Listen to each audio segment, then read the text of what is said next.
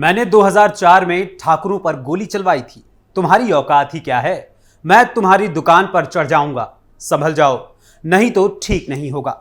ठहरिए, ये शब्द मेरे नहीं हैं, बल्कि ये शब्द हैं समाजवादी पार्टी के एक विधायक के, जिनके ऊपर खुद उन्हीं की पार्टी के एक दूसरे नेता ने ये इल्जाम लगाए हैं कि विधायक उसे कभी भी मरवा सकते हैं या कुछ भी उसके साथ करवा सकते हैं। और अगर ऐसा होता है, मेरे साथ कभी भी कुछ भी होता है, तो इसके लिए जिम्मेदार माननीय सपा विधायक जी ही होंगे। नमस्कार, मैं हूं अखिलेश पांडे और आप देख रहे हैं capital TV Uttar Pradesh. Samajwadi party के नेता शायद अब खुद को ही भगवान समझने लगे हैं और जनता के दिए हुए संवैधानिक पद पर बैठकर किसी को भी धमकी देने में जरा भी गुरेज नहीं करते। यहां तक कि खुद की पार्टी के लोगों को भी छोड़ते नहीं हैं, उन्हें भी बख्शते नहीं हैं।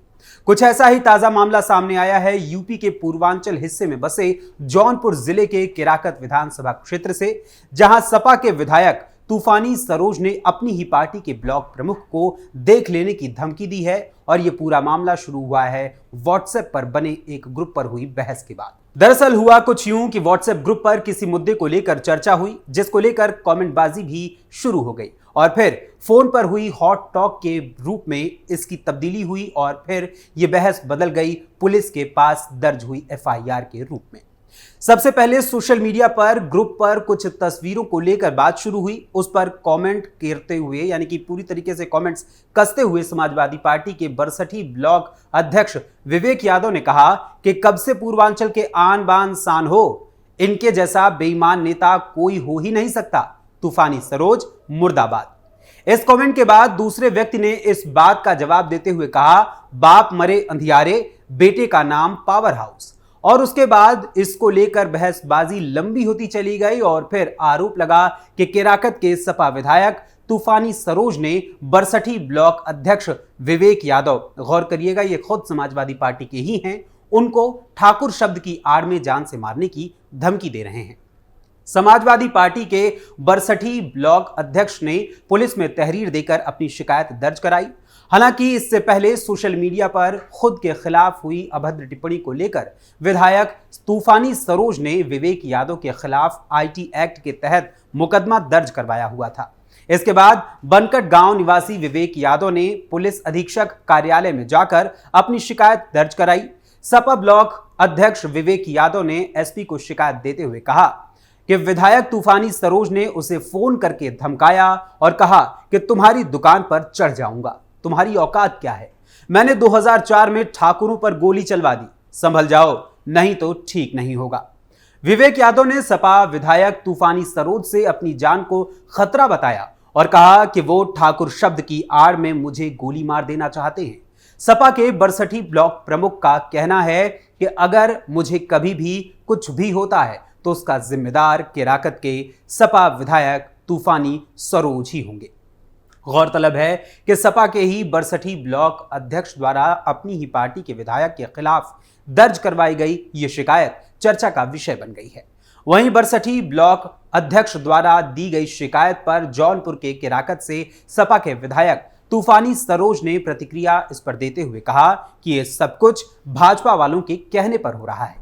सपा विधायक तूफानी सरोज ने इस मामले पर सफाई देते हुए ये कहा कि राजनीतिक प्रतिशोध के चलते सपा ब्लॉक अध्यक्ष विवेक यादव ने मामला दर्ज करवाया है।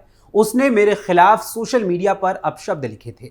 मैंने पूछा कि आपने ऐसा क्यों किया, इस तरह की भाषा मेरे खिलाफ क्यों लिखी। इसके अलावा कोई बात नहीं हुई। भाजपा वालों के कहने पर ऐसा किया जा रहा है। उन लोगों ने पुलिस को जो ऑडियो दिया है वो अलग है और मैंने जो ऑडियो दिया है वो अलग है। जांच में सब स्पष्ट हो जाएगा। गौरतलब है कि केराकत के सपा विधायक तूफानी सरोज 3 बार के सांसद भी रह चुके हैं, जिनमें 13वीं लोकसभा में सैदपुर, 14वीं लोकसभा में गाजीपुर और 15वीं लोकसभा में जौनपुर के मछली शहर से भी वो विधायक रह चुके हैं। लेकिन चौथी बार 2014 के लोकसभा चुनाव में फिर से सपा के टिकट पर वो मछली शहर लोकसभा सीट से चुनाव लड़े थे, किंतु भाजपा के रामचरित्र निषाद ने उन्हें शिकस्त दी थी। वहीं 2022 के विधानसभा चुनाव में सपा के टिकट पर केराकत से चुनाव जीतकर वो विधायक बने और उनकी बेटी प्रिया सरोज वर्तमान में जौनपुर मछली शहर से समाजवादी पार्टी की सांसद हैं। यानी पिता की कुर्सी बेटी ने अब संभाल रखी है। मगर केराकत विधायक तूफानी सरोज के खिलाफ हुई एफआईआर से वो काफी चर्चा में आ गए हैं और उन्होंने इसका आरोप भाजपा पर लगाया है और साथ ही इसे भाजपा का षड्यंत्र करार दिया है। गौर करने वाली बात है कि इस समय समाजवादी पार्टी के कई नेता पुलिस और ईडी और साथ ही विभिन्न मामलों के जरिए अलग अलग केसों में फंसते हुए नजर आ रहे हैं, मगर अखिलेश यादव भाजपा को घेरने के क्रम में इस कदर लगे हुए हैं कि अपने ही नेताओं की खोज खबर लेना भी शायद भूल गए हैं। और अभी उनके एक्स अकाउंट से एक ट्वीट किया गया है और इस ट्वीट में उन्होंने किसी अखबार की एक कतरन को साझा किया है जिसकी हेडलाइन लिखी हुई है कि पैरासिटामोल सहित 53 दवाएं क्वालिटी टेस्ट में फेल। और इस कतरन को साझा करते हुए अखिलेश यादव ने ट्वीट करते हुए लिखा, जवाब दे आज की भ्रष्ट भाजपा सरकार, ऐसी दवा खाकर होगा इलाज या बीमार। जब तक भाजपा कंपनियों से बटोरती रहेगी चंदा, तब तक जारी रहेगा कम गुणवत्ता वाली दवाइयों का धंधा। इस रिपोर्ट के बाद भी कोई कार्रवाई होगी या चंदे की रेट बढ़ाकर मामला रफा दफा कर दिया जाएगा।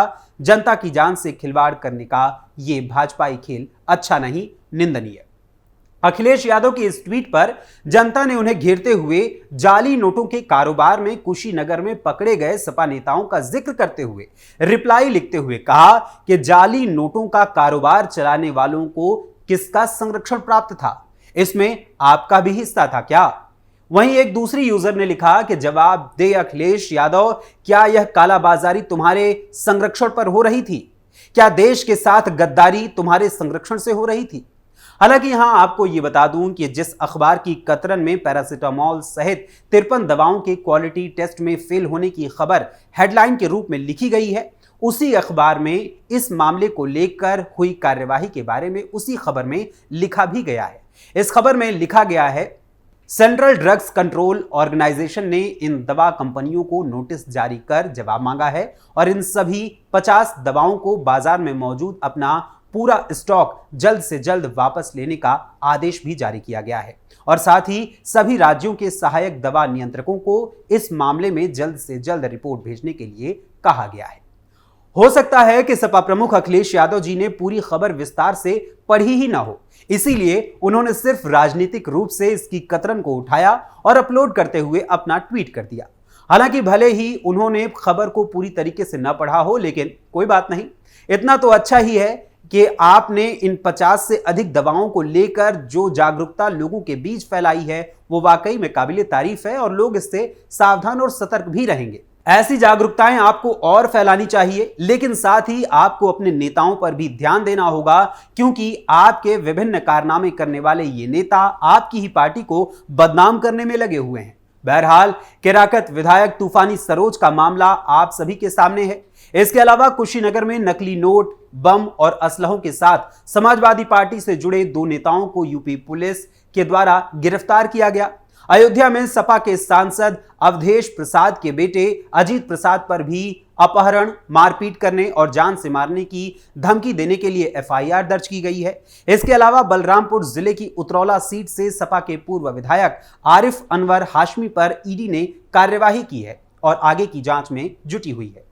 इसके अलावा भदोही के सपा विधायक जाहिद बेग, उनकी पत्नी सीमा बेग और बेटे जायम बेग पर नाबालिग को हत्या के लिए यानी आत्महत्या के लिए उकसाने, शारीरिक बाल श्रम करवाने आदि से जुड़े मुकदमे भी दर्ज किए गए। यानी कि संक्षेप में कहा जा सकता है कि भले ही समाजवादी पार्टी खुद को साफ पाक बता रही हो, लेकिन उसके विभिन्न नेताओं के काले कारनामों के चिट्ठे हर रोज पब्लिक के सामने खुलकर आ रहे हैं। अब आगे इन मामलों को लेकर समाजवादी पार्टी के प्रमुख अखिलेश यादव की क्या योजना है और कैसे वो अपने नेताओं को नैतिकता सिखा पाते हैं या इसको और भी बेहतरीन ढंग से पेश कर पाते हैं, ये देखना दिलचस्प होगा। फिलहाल अभी के लिए बस इतना ही। यूपी की और भी तमाम खबरों के लिए आप सब्सक्राइब करें कैपिटल टीवी उत्तर प्रदेश। इस खबर में बस इतना ही। अभी के लिए अनुमति दीजिए, फिर मुलाकात होगी किसी और मुद्दे के साथ, किसी और खबर के साथ। तब तक के लिए नमस्कार।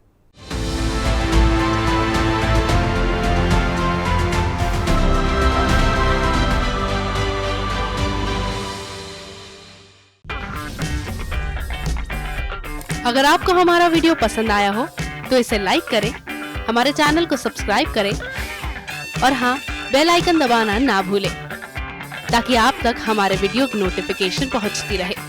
आप अपना सुझाव हमें कमेंट बॉक्स में दे सकते हैं। हमारे साथ जुड़ने के लिए शुक्रिया।